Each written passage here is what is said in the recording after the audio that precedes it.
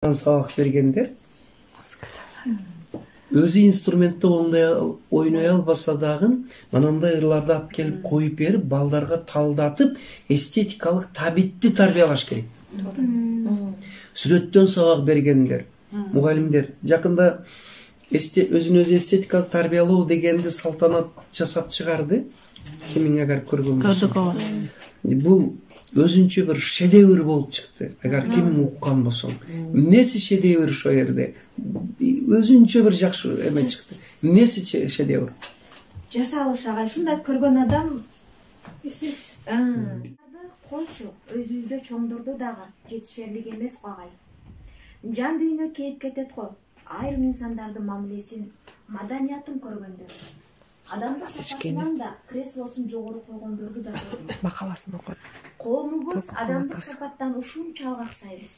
Материалдык байлыгы көбөйгөнү менен, жашоо шарты оңолгону менен, жан дүйнө маданияты, адамга болгон мамиле маңкурттукка жетелеп бара жатат. Ушул китепти окуган адамда өзгөрүү болбой койбойт. Мен бул китепти адамдарга сунуштаганда жаман көргөндөр да болгон, өзүмө да болгон.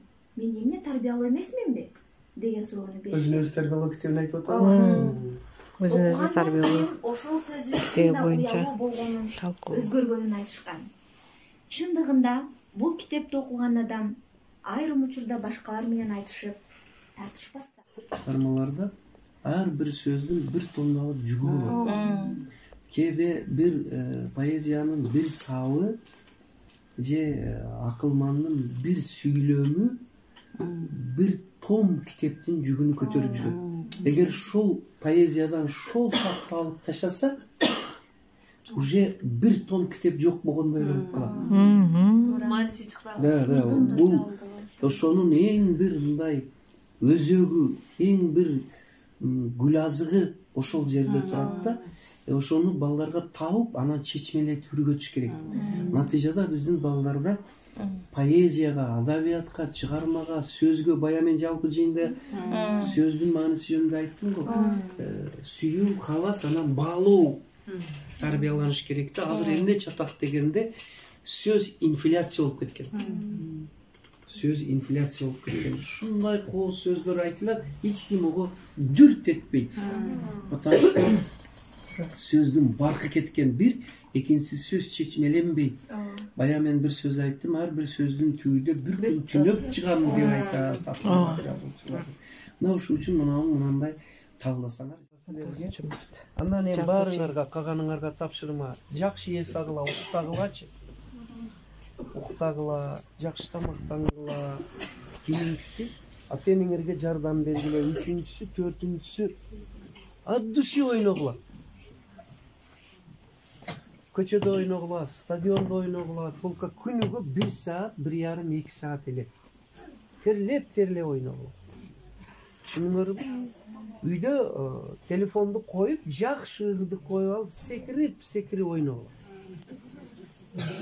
Уктагыла, ойногула деп атам, Анан бийлегиле.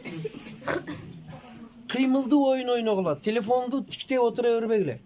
Кыймылдуу таза абага чыгып ойын ойногула, мал карагыла. Ата энеңерге бүгүн барып айтыла, мага неме иш бар, мана мен азыр 9 күн, нече күн? 11 күн бошум. Ар күн 2 сааттан сиздин ыктыярыңызда мана күрөк, шыпыргы, лопатка, чөкүч бардыгы мен мозда терлеп иштейм. Бул Капрагайдын номер 1 тапшырмасы.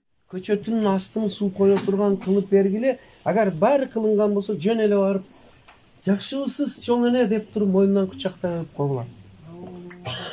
Биз баарыбыз